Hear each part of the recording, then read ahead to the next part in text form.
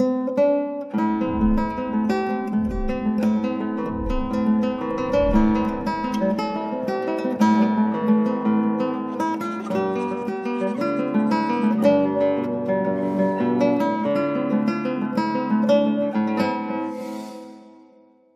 messieurs, dames.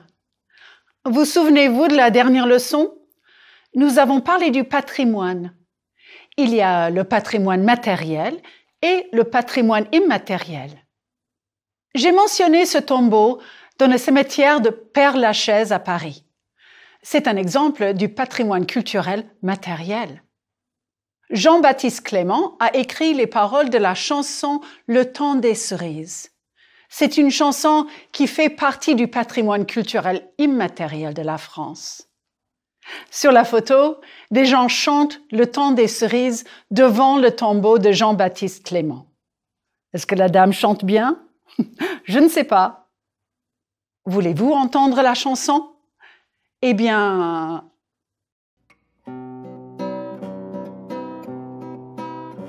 quand nous chanterons le temps des cerises et gai rossignol et merle moqueur seront tous en fête. Les belles auront la folie en tête et les amoureux du soleil au cœur. Quand nous chanterons le temps des cerises, sifflera bien mieux le merle moqueur. le contexte historique de cette chanson est très intéressant. Elle est devenue un symbole de la belle vie possible après une révolution. Un autre exemple du patrimoine? Vous souvenez-vous du musée du Quai Branly Jacques Chirac? Le musée est un exemple du patrimoine culturel matériel. Dans ce musée, il y a des exemples du patrimoine culturel qui viennent du monde entier. Il y a par exemple des sculptures maoris exposées dans le musée. Mais regardez, il y a aussi dans ce musée des exemples du patrimoine immatériel. Les enfants apprennent à faire le haka, une danse traditionnelle maori. Je pense qu'ils écoutent sérieusement. Le patrimoine immatériel. Ce sont des traditions ou des savoir-faire qu'on veut protéger. Dans la leçon 21, je vous ai donné un peu de vocabulaire pour parler du patrimoine immatériel. Voici un rappel et quelques nouveaux mots pour vous. S'il vous plaît, mettez ensemble logiquement les éléments des deux colonnes. Par exemple, on associe le haka et une danse. Un métier, un porteur d'eau. Une légende, un mythe. Une chanson, un chant. Une technique ou le savoir-faire, le tatouage au henné. Une tradition gastronomique, le fromage français. Un événement, une fête de village. Voici un porteur d'eau marocain. C'est un métier traditionnel. Qu'est-ce que c'est qu'un porteur d'eau? C'est un homme qui donnait de l'eau aux gens qui avaient soif. Le costume traditionnel de cet homme indiquait son métier. Qui buvait son eau? Une personne qui avait soif achetait une coupelle d'eau. Oui, mais les touristes aujourd'hui achètent rarement l'eau des porteurs d'eau. Maintenant, les touristes donnent de l'argent aux porteurs d'eau pour prendre des photos. Le métier traditionnel est devenu un métier moderne, la promotion du tourisme. Le monde change, la culture change, le patrimoine immatériel change. Les touristes achètent rarement leur eau, mais ces porteurs d'eau montrent aux touristes le patrimoine immatériel du Maroc. Les touristes achètent rarement leur eau. Tourists rarely buy their water. Mais ces porteurs d'eau montrent aux touristes le patrimoine immatériel du Maroc. But these water carriers do show tourists the intangible heritage of Morocco. As you know by now, I always slip some of the grammar that will be in the lecture into my cultural introduction. Les porteurs d'eau, les touristes achètent rarement leur eau. Rarely. Le haka, les enfants apprennent à faire le haka, une danse traditionnelle maori. Je pense qu'ils écoutent sérieusement. They listen seriously. Today, we'll be focusing on how to describe actions and on how to make descriptions more lively. Est-ce que vous comprenez bien? Do you understand well? Do I speak slowly? Lentement? Vite? Vite est un synonyme de rapidement. Comment est-ce que je parle? Je pense que je parle normalement. Lentement, rapidement, normalement. What do these adverbs have in common? Voilà. Can you translate them? Mais oui. Lentement, slowly. Rapidement, rapidly. Normalement, normally. You see the patterns both in English and in French, n'est-ce pas? Most adverbs are formed by adding what to what? By adding ment to an adjective. Voilà une personne qui parlait rapidement. Est-ce que vous vous souvenez de M. Chenet du Sénégal? Suivez le modèle, s'il vous plaît. Quand M. Chenet parlait, c'était rapide. Il parlait rapidement. M. Chenet était énergique. Sur cette photo, il expliquait énergiquement les objectifs de Sobobade. Quand il jouait de la flûte, la musique était lente. Il jouait lentement. La musique était douce.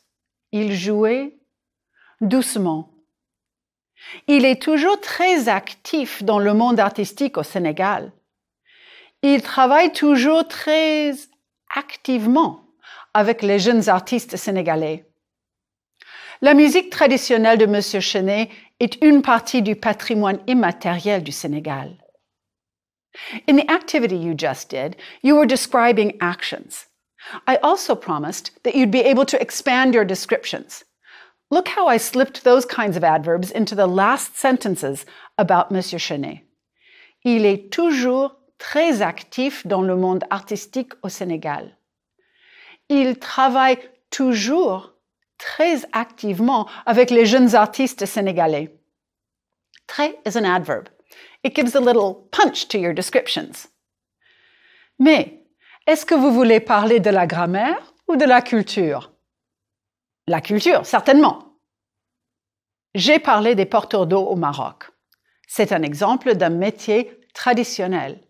C'est un exemple du patrimoine culturel immatériel. Un autre exemple du patrimoine immatériel marocain est le tatouage au henné. You might be thinking, but a tattoo is concrete. I see it on her hand. Yes, that's true. But in fact, the practice of giving and receiving a tattoo carries cultural heritage just as much as the result.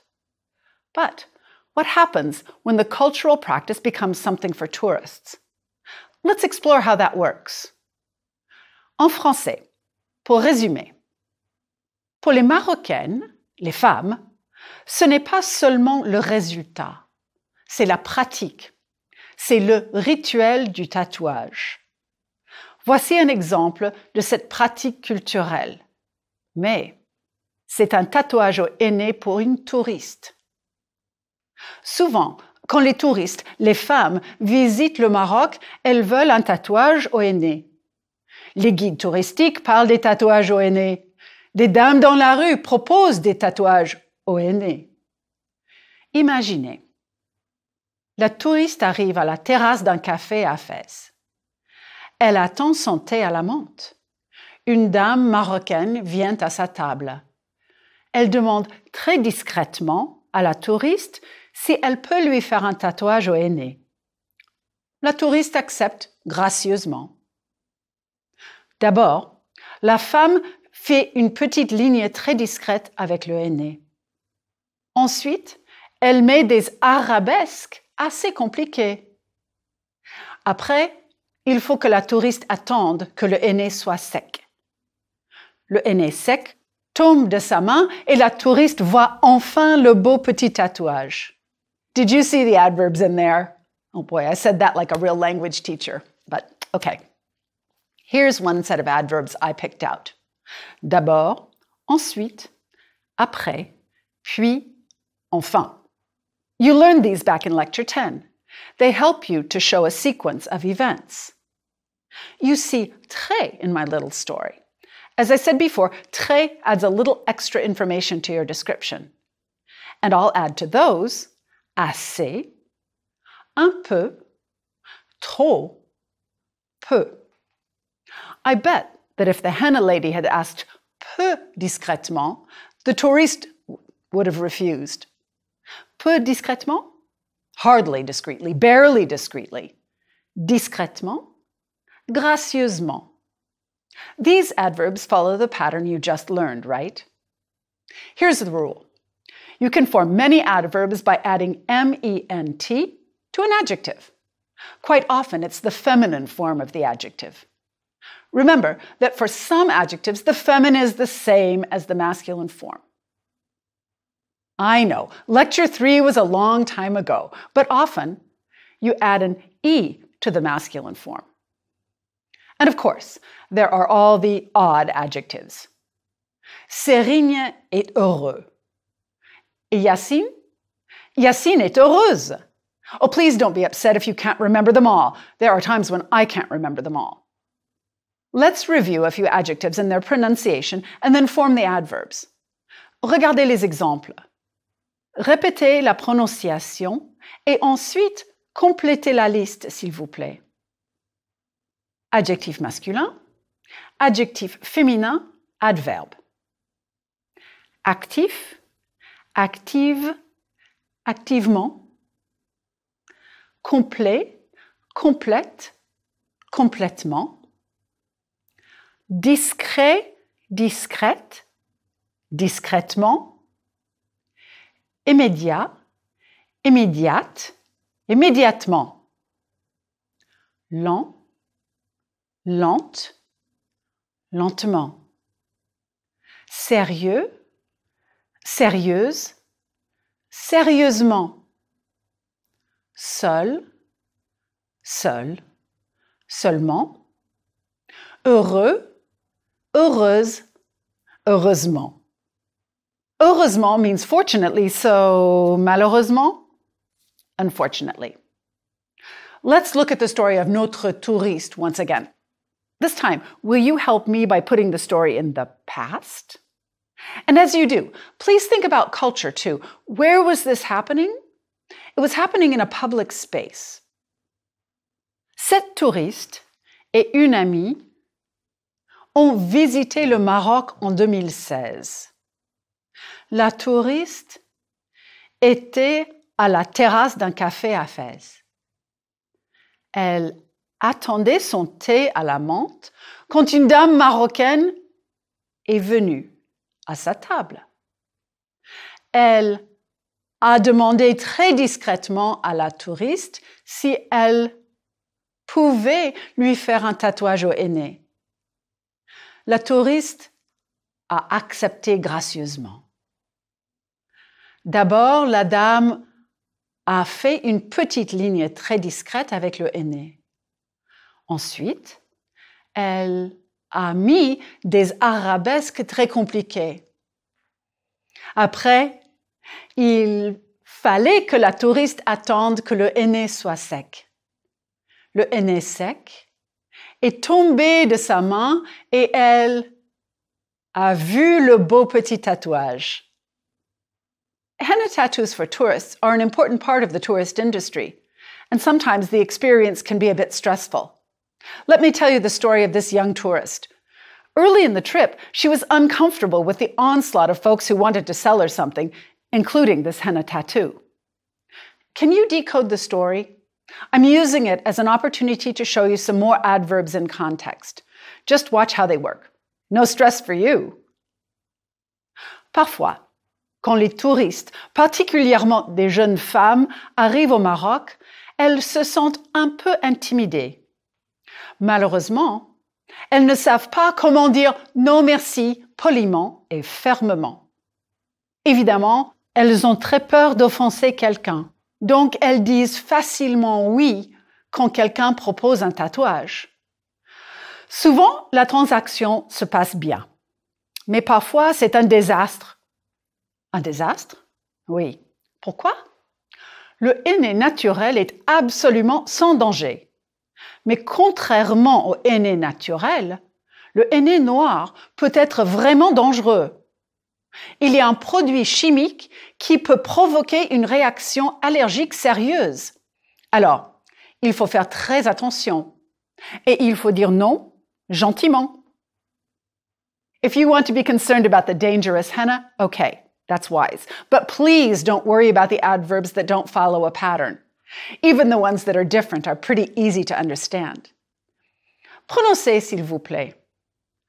Poliment. Vraiment. Évidemment. And I know you've seen the adverbs bien and mal. Quel est l'adverbe qui correspond à l'adjectif bon ou bonne? Bien. Et quel est l'adverbe qui correspond à mauvais ou mauvaise? Mal. Back in lecture 3, you used these to talk about how you were doing. Comment allez-vous? Je vais bien. Je vais mal. Actually, I asked you not to say je vais mal back then. You know, though, I think you've learned a lot about French language and culture by now. I think if you need to say je vais mal, you'll know when to do it and how to do it. And if you want a street henna tattoo, go for it. In this situation, the young mother asked for the tattoo and was able to select it from the patterns you see at the artist's feet. The result was lovely. The street henna process is, however, a far cry from the traditional cultural practice of the cérémonie du henné. It's a ritual. Une vraie cérémonie du henné est un moment de calme pour les femmes marocaines. Les femmes organisent une soirée du henné pour préparer un mariage ou un autre événement important. Il y a toujours un élément de purification et de spiritualité dans cette cérémonie. Et cela se passe généralement sans homme. I've talked about how to form adverbs. Now, where to put them? You just saw two that go right after the verb. Exactement. In the present tense and in the imparfait, that's where adverbs usually go, right after the verb. La mariée attend calmement. La pnekacha travaille sérieusement. In the passé composé, look at these examples. Avant la soirée, la pnekacha a beaucoup travaillé. Elle a bien mélangé le henné avec de l'eau. Elle a tourné lentement la poudre et l'eau dans un petit bol. Elle a vérifié régulièrement la consistance de la pâte. Short adverbs usually go between the auxiliary verb and the past participle. Long ones usually go after the whole verb, after both parts. Voilà.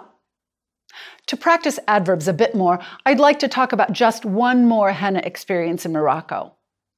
Why do I focus so much on this one cultural practice? Here's my reasoning. J'ai parlé du patrimoine culturel immatériel au début de cette leçon. Les pratiques culturelles associées avec le henné me permettent de dire 4 choses. Numéro 1. Le patrimoine immatériel est une pratique culturelle. Numéro 2. Les pratiques culturelles évoluent, changent avec le temps. Numéro 3. Les pratiques culturelles dépendent du contexte. Et numéro 4. Je peux apprendre à apprécier les nuances des pratiques culturelles. A foreigner like me can learn to appreciate the subtleties inherent in cultural practices. If I can, so can you. And you don't need to travel in order to do it. Watch a movie, read a book. This whole henna thing is one way of giving you an in-depth look at one example of immaterial culture. I could have selected traditional cheese making or the art of carving wooden shoes. So, let me tell you about my Henna Afternoon. Mon après-midi aîné. Vous vous souvenez sans doute de l'hospitalité marocaine dans la leçon 14. La dame parfumait la maison, le petit salon sentait bon. Voici le reste de l'histoire. Je vais vous donner un petit test à la fin, donc faites bien attention. La famille d'une collègue marocaine habite à Fès. Pendant ma visite à Fès, ils m'ont invité chez eux. Nous avons mangé un repas somptueux. Sur cette photo, vous voyez seulement l'entrée. Après, il y avait une soupe et après cela, du poulet, des légumes et du couscous. Et après cela, des fruits et des pâtisseries. Ensuite, nous sommes allés dans un petit salon pour un après-midi aîné. Quand je suis arrivée dans le petit salon, il y avait une dame, la dame en rose, et la jeune fille. La jeune fille apprenait à faire des tatouages aux aînés sous la supervision de la dame en rose. La sœur de ma collègue a regardé le livre de tatouage. Enfin, elle a trouvé le dessin parfait. La jeune apprentie appliquait le henné avec beaucoup de précision. Et qu'est-ce que je faisais pendant ce temps? Je buvais un thé à la menthe. C'était délicieux. Et bien sûr, je prenais des photos. Pendant que le henné restait sur la main, il fallait mettre un peu d'eau sucrée pour que la couleur devienne plus stable. Puis, c'était mon tour. Est-ce que vous reconnaissez ma main? Le tatouage était splendide. Et maintenant, un petit test de compréhension. Choisissez l'adjectif ou l'adverbe approprié pour compléter les phrases. Puis, décidez si la phrase est vraie ou fausse. Avant la session du henné, j'ai mal mangé dans un fast-food. C'est vrai ou c'est faux? Oui, c'est faux. J'ai mangé un bon repas avant la session du henné. Numéro 2.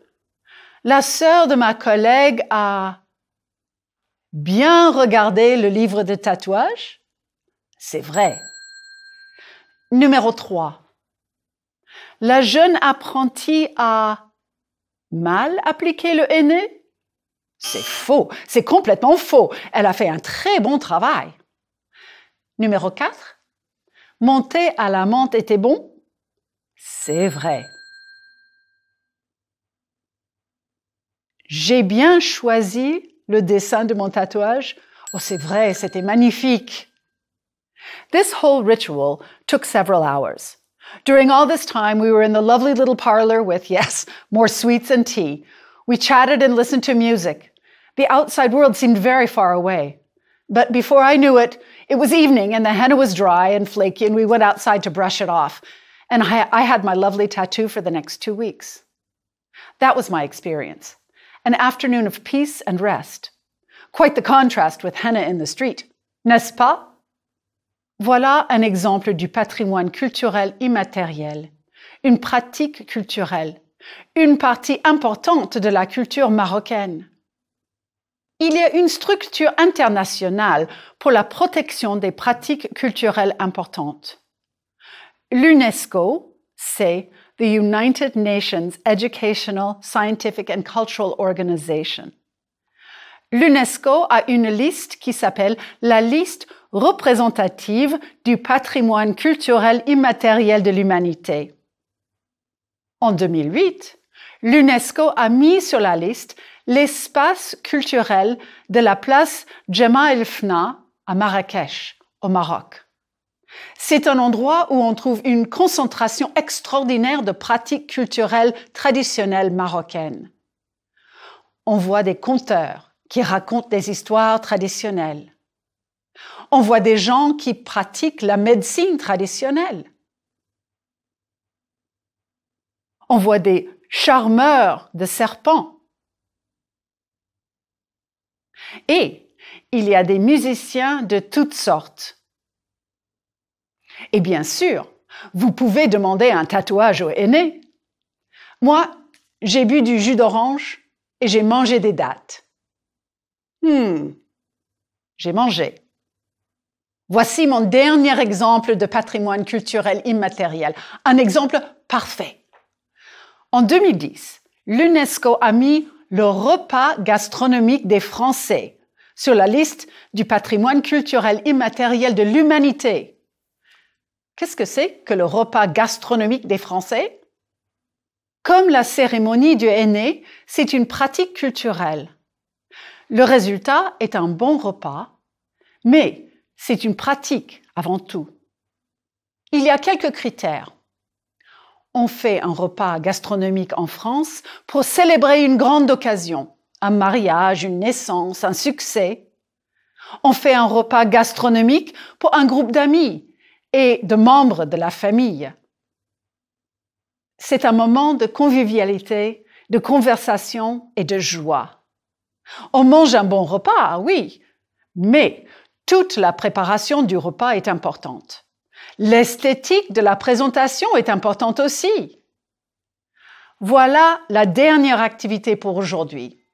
Vous allez explorer le repas gastronomique des Français. So, what goes into the creation of a gastronomic meal of the French? Oh, don't laugh. That was the title given in the official English version of the UNESCO application. Commençons. D'abord, on invite des convives, des amis et des membres de la famille. Bien sûr. Mais après. Oh, wait, you need to do some of the work here. I'll give you some of the steps that the French take to create this fabulous experience. And you'll see a photo that illustrates one of the steps. Which one? Voici 3 étapes dans la préparation de ce repas. Numéro 1. On choisit des recettes traditionnelles dans un livre de cuisine. Numéro 2. On achète des produits locaux, frais et d'excellente qualité. Numéro 3. On choisit les vins pour s'accorder avec les plats. À quelle étape correspond cette photo? Numéro 1, numéro 2, numéro 3? C'est l'étape 2.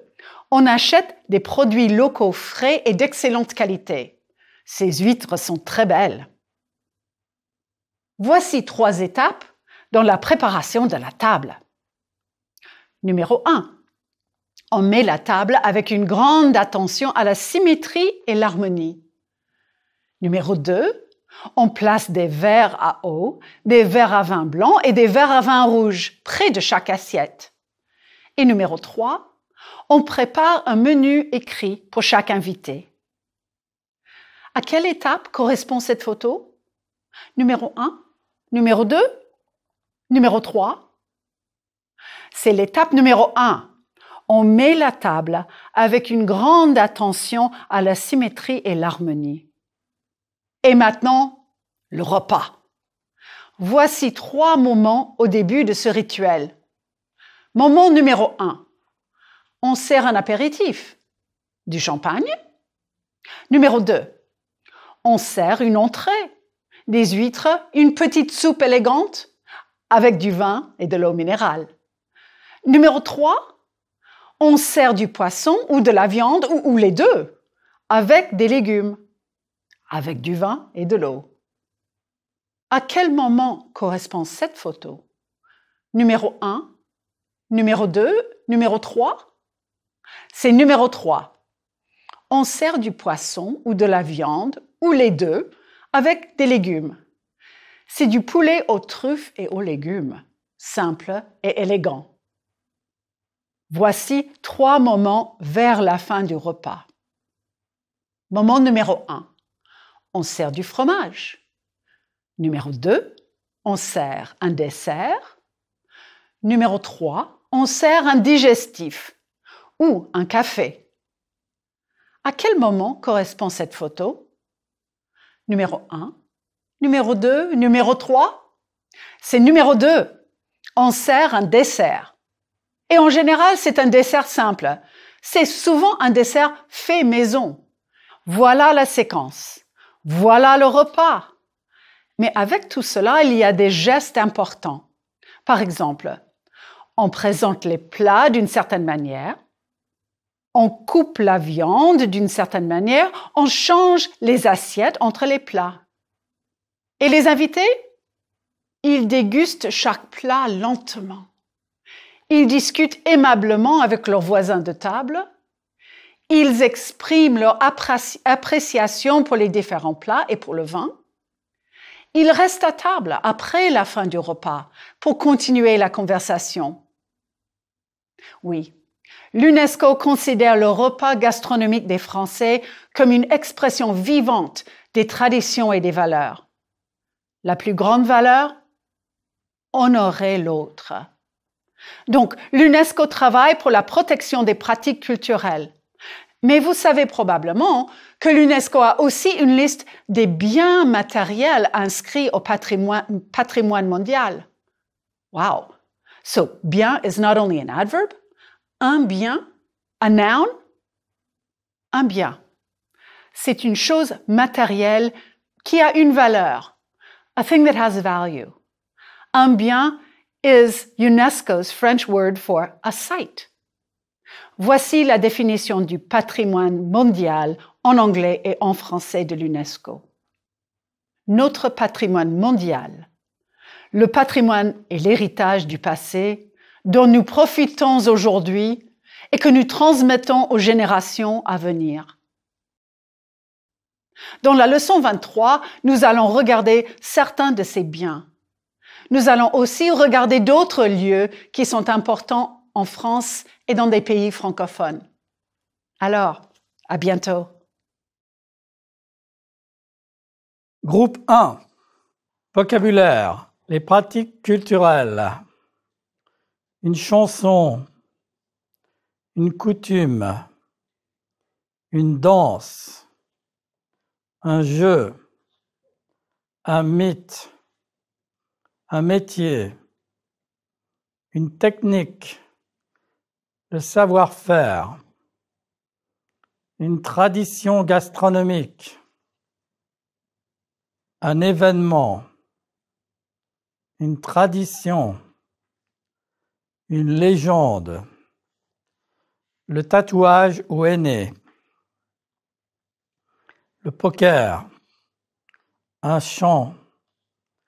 Le fromage français. Le haka. Une fête de village. Un porteur d'eau. Les adjectifs. Lent, lente. Normal, normal. Doux, douce. Actif, active. Discret, discrète. Gracieux, gracieuse. Immédiat, immédiate. Agréable, agréable. Sérieux, sérieuse. Complet, complète. Poli, poli. Ferme, ferme. Facile, facile. Difficile, difficile. Particulier, particulière. Heureux, heureuse. Malheureux, malheureuse. Évident, évidente. Absolu, absolu. Vrai, vrai. Patient, patiente. Énergique, énergique. Les adverbes. Rare, rarement. Lente, lentement. Normal, normalement. Doux, doucement. Actif, activement. Discret, discrètement. Gracieux, gracieusement. immédiat, immédiatement. Agréable, agréablement. Sérieux, sérieusement. Complet, complètement. Poli, poliment. Ferme, fermement. Facile, facilement. Difficile, difficilement. Particulier, particulièrement. Heureux, heureusement. Malheureux, malheureusement. Évident, évidemment. Absolu, absolument. Vrai, vraiment. Patient, patiemment.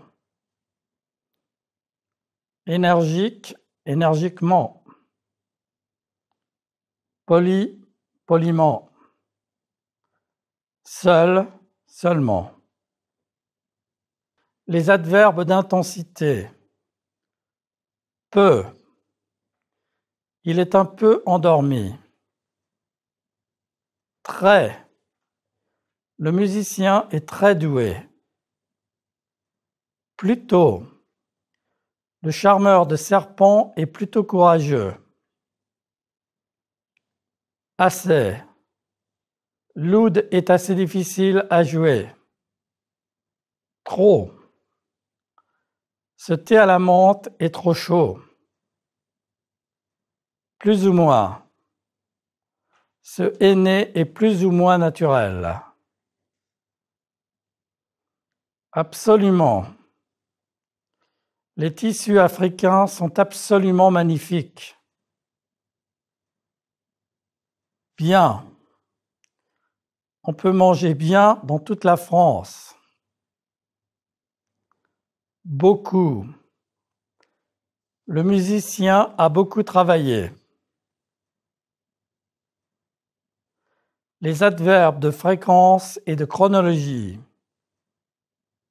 D'abord, ensuite, après, avant, pendant, puis, enfin, parfois, souvent, de temps en temps, toujours.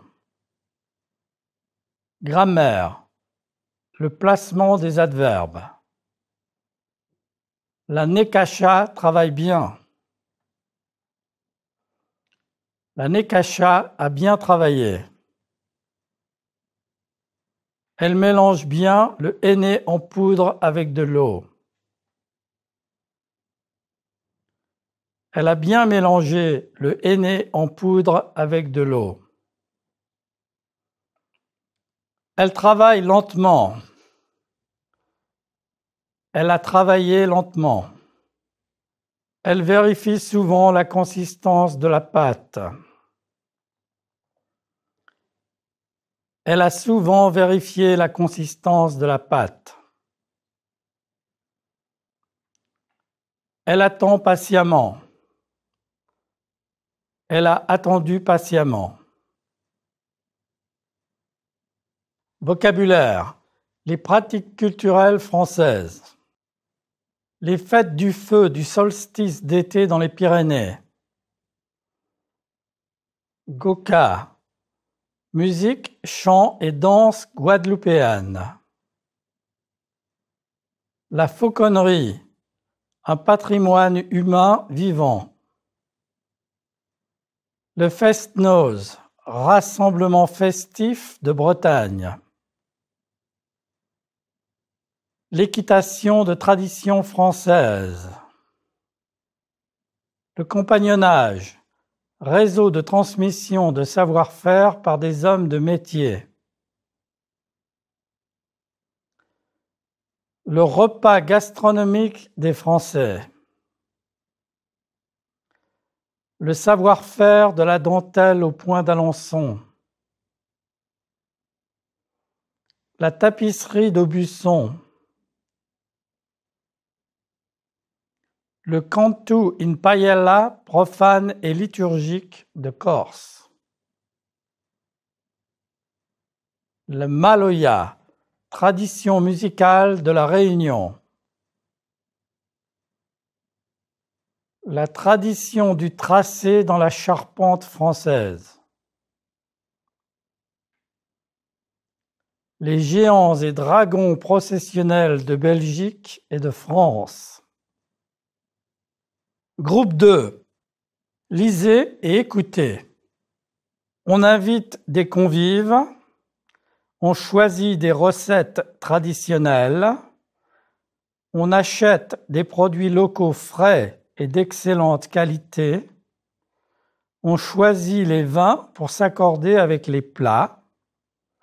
On vérifie les verres et les couverts. On prépare un menu écrit pour la table. On met la table avec une grande attention. On sert un apéritif. On sert une entrée.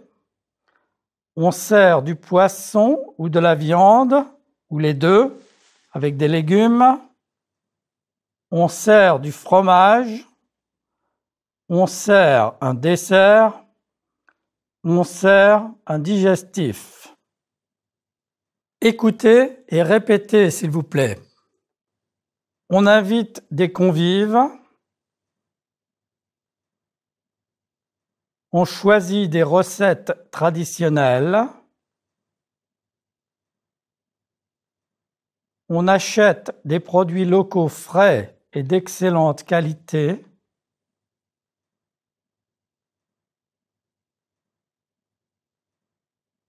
On choisit les vins pour s'accorder avec les plats.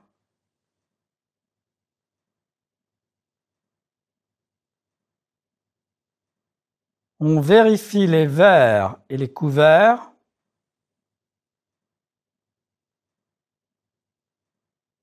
On prépare un menu écrit pour la table.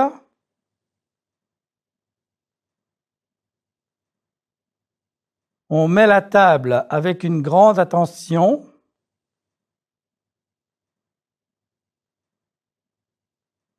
On sert un apéritif. On sert une entrée. On sert du poisson ou de la viande, ou les deux, avec des légumes.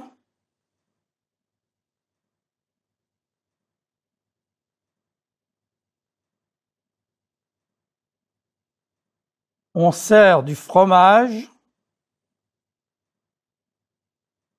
On sert un dessert.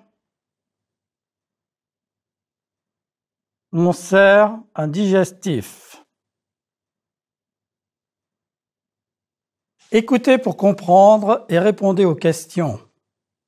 On invite des convives, on choisit des recettes traditionnelles, on achète des produits locaux frais et d'excellente qualité, on choisit les vins pour s'accorder avec les plats, on vérifie les verres et les couverts, on prépare un menu écrit pour la table, on met la table avec une grande attention, on sert un apéritif, on sert une entrée, on sert du poisson ou de la viande, ou les deux, avec des légumes, on sert du fromage, on sert un dessert, on sert un digestif. Question, vrai ou faux? On paye un chef pour faire la cuisine. Faux. On boit les vins que les convives ont offerts. Faux. On écrit le menu. Vrai.